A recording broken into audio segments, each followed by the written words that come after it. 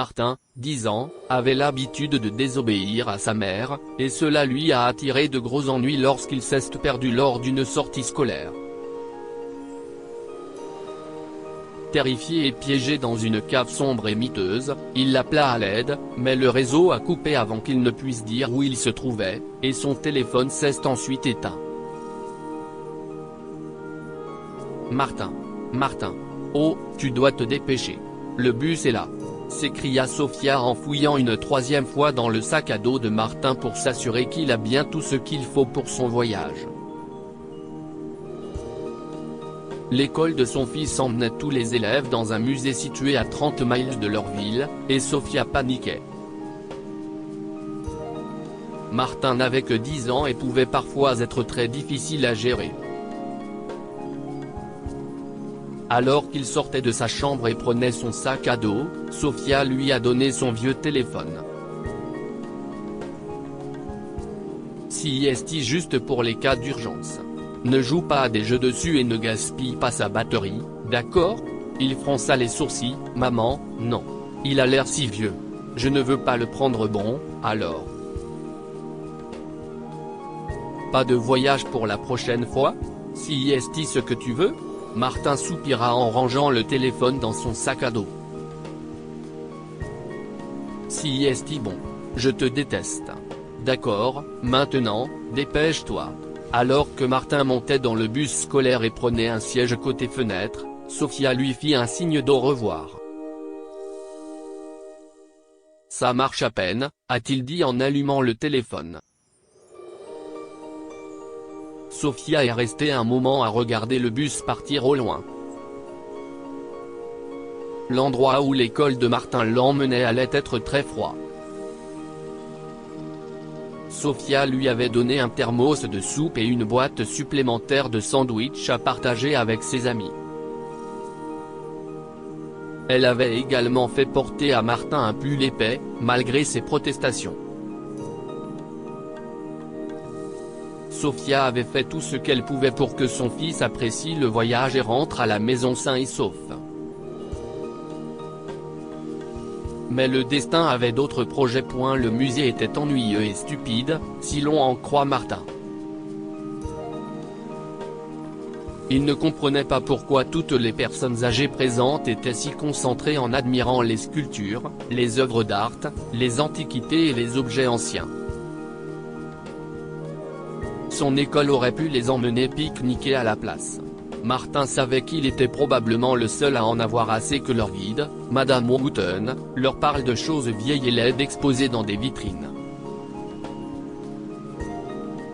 Tous les autres enfants semblaient très intéressés par ces objets. Martin aurait pu imaginer 100 choses plus passionnantes qu'une visite de musée.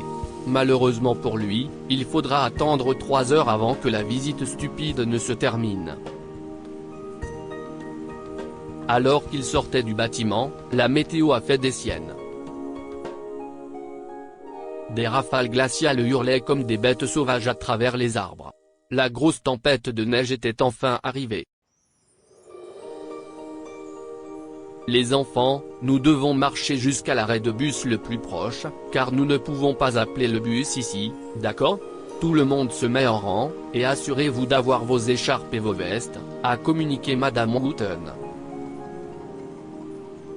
Pendant que les enfants se mettaient en rang, Madame Wooten les comptait en s'efforçant de sourire. Nous sommes prêts à partir, les enfants. Restons groupés et évitons de nous perdre à cause du mauvais temps, d'accord? Madame Wooten marchait derrière la file d'enfants, gardant un œil sur tout le monde. Mais pendant un moment, elle a été distraite.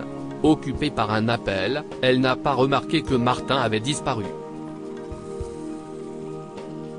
Il s'était éclipsé de la file et s'était enfoncé dans une ruelle pour explorer l'immense manoir abandonné qu'il avait vu en revenant du musée. Martin vit Madame Wooten et les autres élèves qui attendaient le bus en bas de la rue, dans l'allée qui longeait le manoir. Il savait que leur bus serait en retard car il avait entendu Madame Wooten au téléphone avec le chauffeur. d'accord, les routes sont en pente. Ne vous inquiétez pas, je reste avec les enfants, avait-elle dit. Martin s'élança hors du chemin et ouvrit le portail sombre et rouillé de l'entrée de la maison abandonnée. Il sursauta lorsque le portail s'ouvrit. « Waouh !» a-t-il lancé. Si est-il vraiment effrayant. Le logement avait l'air de ne pas avoir été habité depuis des lustres, mais elle était magnifique. Une fontaine se trouvait dans la cour d'entrée, peut-être à sec depuis de nombreuses années. Martin monta les escaliers jusqu'à la porte d'entrée et la poussa. Elle s'ouvrit en grinçant et il gloussa. Ouah, pas de serrure. Une odeur nauséabonde et debout atteignit les narines du jeune garçon lorsqu'il pénétra à l'intérieur, le faisant éternuer. Cet endroit aurait bien besoin d'être nettoyé, grommela-t-il en entrant, et en se grattant le nez. L'endroit était glacial, et il frissonnait à cause de l'air froid qui entrait par les vitres brisées du salon. Cette maison est immense. Qui a vécu ici ? Se demanda-t-il en s'approchant de l'entrée. Il s'apprêtait à monter l'escalier qui menait à l'étage supérieur lorsqu'il entendit le parquet grincer derrière lui. Il se retourna et le bruit s'arrêta. « Il y a quelqu'un ? » demanda-t-il. Il n'y eut aucune réponse ni aucun son, hormis le grondement des rafales glaciales. Martin décida de ne pas monter. Il commença à s'enfoncer dans la maison en direction de la cuisine lorsqu'il sentit une main sur son épaule. « Ah ! Ah !» cria-t-il en arrachant la main de l'inconnu. Il bondit comme si sa vie en dépendait et se cacha derrière le comptoir de la cuisine. Soudain, une voix douce lui dit « Je suis désolé. Je ne voulais pas te faire peur. » Martin jeta un coup d'œil derrière le comptoir et remarqua qu'une petite fille vêtue d'un pull fin et d'une salopette se tenait à proximité. Elle était pieds nus et avait l'air malade et très sale. « Qui es-tu ? » demanda-t-il. « Je suis Émilie, » dit-elle. « Je t'ai fait peur ? » « Oh, eh bien, un peu, » répondit-il en sortant de derrière le comptoir. « Est-ce que tu vis ici ? » « Pas vraiment, » dit-elle en s'asseyant sur les marches du couloir. Martin vit qu'elle frissonnait. « Je m'appelle Martin, » répondit-il en la rejoignant. « Tiens. » Il enleva son pull et l'enroula autour de ses épaules avant de s'asseoir à côté d'elle. « Où sont tes parents ? Tu es seul ici ? » demanda-t-il. « murmura-t-elle doucement. « Je n'ai personne. Maman et papa sont morts. Oh, je suis désolé, » a dit Martin. « Que leur est-il arrivé ? Tu n'as pas froid ? » demanda-t-elle en le regardant dans les yeux. Les joues de Martin sont devenues rouges et il a détourné le regard. « Je suis avec mes amis, » dit-il. « De toute façon, nous allons bientôt rentrer à la maison. » Ce n'est pas grave. Alors, qu'est-ce ce qui s'est passé, tes parents ? En se retournant pour la regarder, il remarqua qu'elle s'était endormie. Sa tête reposait sur la rampe d'escalier. Elle dormait profondément. Martin lui serra doucement la main et il sut que quelque chose n'allait pas. Il toucha son front et se rendit compte que son corps était brûlant. « Oh non » murmura-t-il. « Elle a de la fièvre. Il nous faut un médecin. » Martin réfléchit rapidement à la façon dont il pourrait aider Émilie et réalisa qu'il pouvait appeler Madame Wooten. Il se précipita alors vers la porte d'entrée, mais il était trop tard. Le bus, Madame Wooten et ses camarades de classe avaient disparu. Oh non. Martin paniqua. Oh non. Je suis perdu. Comment vais-je aider Emily maintenant? Et maman va être fâchée contre moi. J'ai quitté le bus. Martin rentra en courant dans la maison et essaya de réveiller Emily, mais elle ne répondait pas. Il ne pouvait pas la laisser dans les escaliers parce que l'endroit devenait de plus en plus froid à cause du vent qui entrait par les fenêtres brisées et qu'elle serait de plus en plus malade. Martin a donc fait ses calculs. Il essaya de porter Emily dans ses bras, mais il ne put la soulever et dut renoncer. Il se dit, oh, mince. Je n'y arrive pas. Il n'était pas assez fort pour la porter à l'étage. Martin réfléchit à ce qu'il pouvait faire et sortit son téléphone pour appeler Sophia à l'aide. Mais le téléphone ne s'allumait pas. Martin a alors regardé derrière les escaliers, et il a vu un passage qui menait à un sous-sol. Martin s'est dit qu'Emily serait plus en sécurité et aurait plus chaud là-dessous que dans l'escalier, dans une pièce sans fenêtre. Il l'a donc emmenée à dos d'âne au sous-sol et l'a déposée délicatement sur un vieux sac qu'il y avait trouvé. Il s'est dit, bon sang. Elle a l'air mince, mais elle est lourde. Puis, il remarqua quelque chose d'étrange. L'endroit était rempli d'étagères de vin et dégageait une odeur étrange et âcre. Où suis-je? Qu'est-ce que si est-ce que cet endroit? Se demanda Martin en s'enfonçant dans le sous-sol. Il vit un tas de bougies qui semblaient avoir été allumées il y a peu de temps. Martin se rendit compte qu'il n'était pas seul. Quelqu'un vivait au sous-sol. Martin avait déjà froid parce qu'il ne portait pas de pull, et maintenant il était terrifié. Allez, vite. Allez. Il composa à la hâte le numéro de sa mère qui répondit à la 3e sonnerie. Martin se cacha derrière un casier à vin pour lui parler. Maman. Maman, dit-il en chuchotant. Je suis dans une cave sombre, pas loin d'eux. Allô? Il n'y avait plus de réseau. Allô? Martin? A dit Sophia à l'autre bout du fil. Qu'est-ce ce qui se passe? Qu'est-ce ce qu'il t'est arrivé? Maman, tu pourras être en colère contre moi plus tard? J'ai besoin d'aider. Je suis dans un entrepôt de vin. Un entrepôt de vin? Une cave? Qu'est-ce ce que tu fais dans une cave, Martin? Où est Madame Wooten? Maman, Martin allait finir quand il entendit des pas se rapprocher derrière lui. Soudain, il entendit une voix rugir, « Qui se cache par ici? Je n'aime pas les invités indésirables. » Maman, Martin pleurait. Il y a un homme ici, et il... Et, maman? Avant que Martin ne puisse dire à Sophia où il se trouvait exactement, le signal a coupé et son téléphone s'est éteint. Sophia a paniqué, « Allô?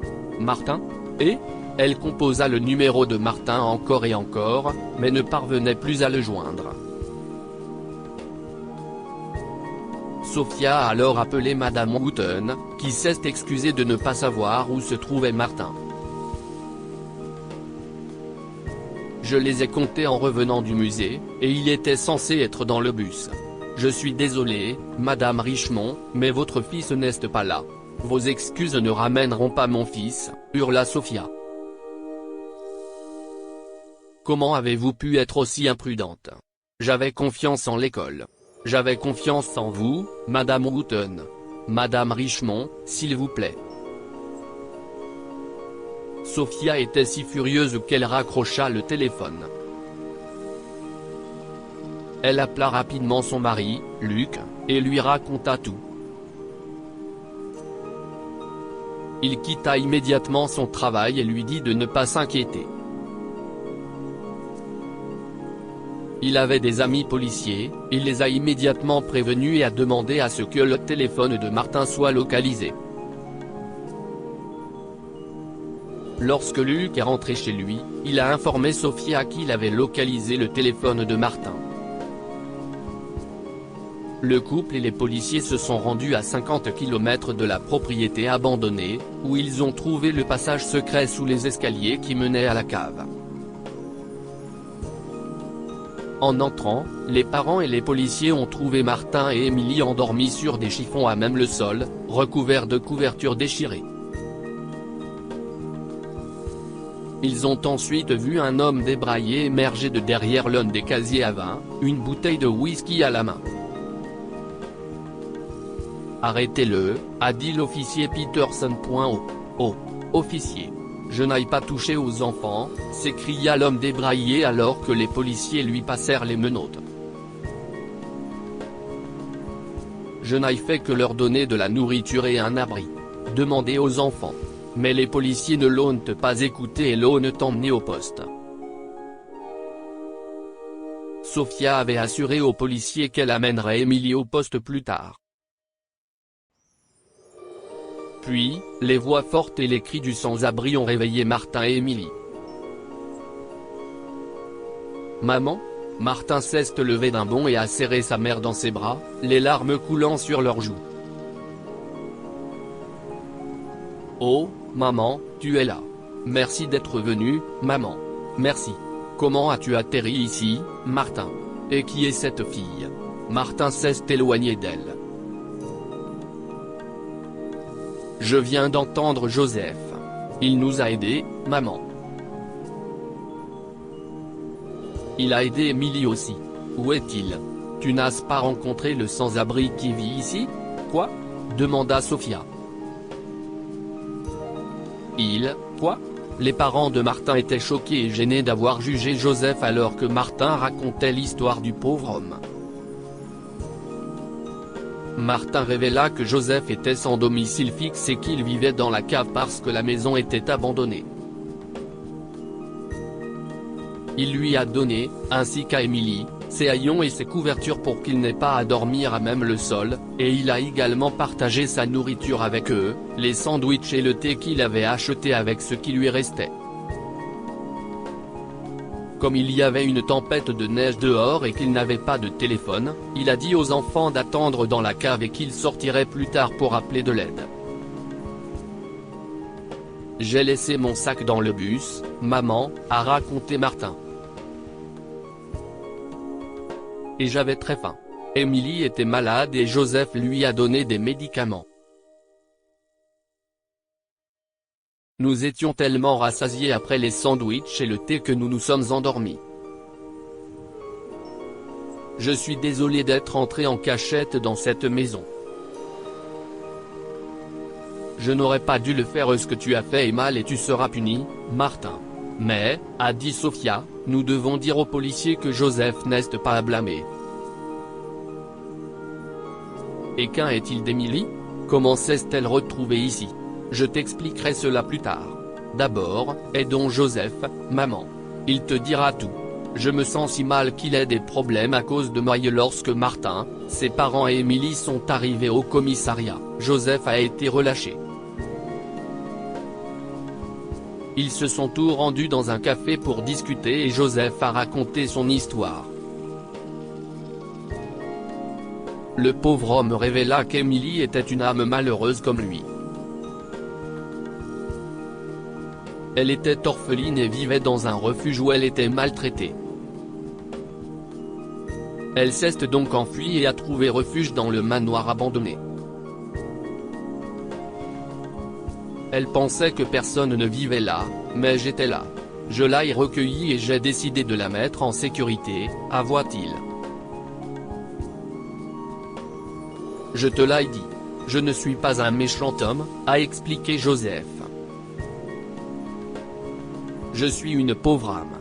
Elle est une pauvre fille. Très triste et seule. Je suis venu dans ce pays pour devenir professeur d'art. Je suis peintre. Malheureusement, Ma femme a raconté à tout le monde que j'étais un homme violent et m'a quitté. Personne ne m'a plus respecté, alors j'ai quitté mon travail et je suis devenu un mendiant. Cette maison est très ancienne. J'y ai vécu. J'y ai dormi. L'argent que je gagne en mendiant m'aide à manger. Les parents de Martin se sont alors mis à se regarder. Mais Joseph, vous ne pouvez pas garder Émilie comme ça, a dit Luc. Les choses ne se passent pas comme ça ici. Je ne sais pas comment c'était dans votre pays d'origine, mais vous devez obtenir sa garde avant de pouvoir faire cela. Et si on adoptait Émilie et qu'on vous donnait un travail? Je veux dire, nous essayons d'avoir un deuxième enfant, mais vous savez, nous pensons que si est Dieu qui nous a envoyé Émilie. Nous pouvons vous aider tous les deux. Chérie, qu'en penses-tu? Sophia acquiesce. Vous allez me donner du travail? Demanda Joseph. Oh, vous êtes un homme bon, envoyé par Dieu. Comment pourrais-je vous remercier? Joseph fondit en larmes devant la générosité de Luc et de Sophia, et Luc dut prendre le sans-abri dans ses bras pour le consoler. Sophia et lui ont embauché Joseph comme professeur d'art pour Émilie et Martin. Ils lui ont donné un moyen de se réapproprier sa vie tout en offrant une nouvelle et meilleure vie à la jeune Émilie, orpheline, en l'adoptant comme leur fille. Que pouvons-nous apprendre de cette histoire? Ne jamais juger une personne d'après son apparence. Tout le monde pensait que Joseph était un homme mauvais à cause de ses vêtements en lambeaux, mais le pauvre homme est venu en aide aux enfants. Quelles que soient les difficultés, votre vie peut toujours prendre un tournant positif. Grâce à la bêtise de Martin, qui a exploré une maison abandonnée, Émilie a pu retrouver un foyer aimant, et un homme sans défense comme Joseph a pu reprendre sa vie en main. Cependant, les enfants doivent écouter leurs parents. Martin aurait pu se retrouver dans une situation délicate si Joseph n'avait pas été quelqu'un de gentil et d'utile. Partagez cette histoire avec vos amis. Elle pourrait égayer leur journée et les inspirer.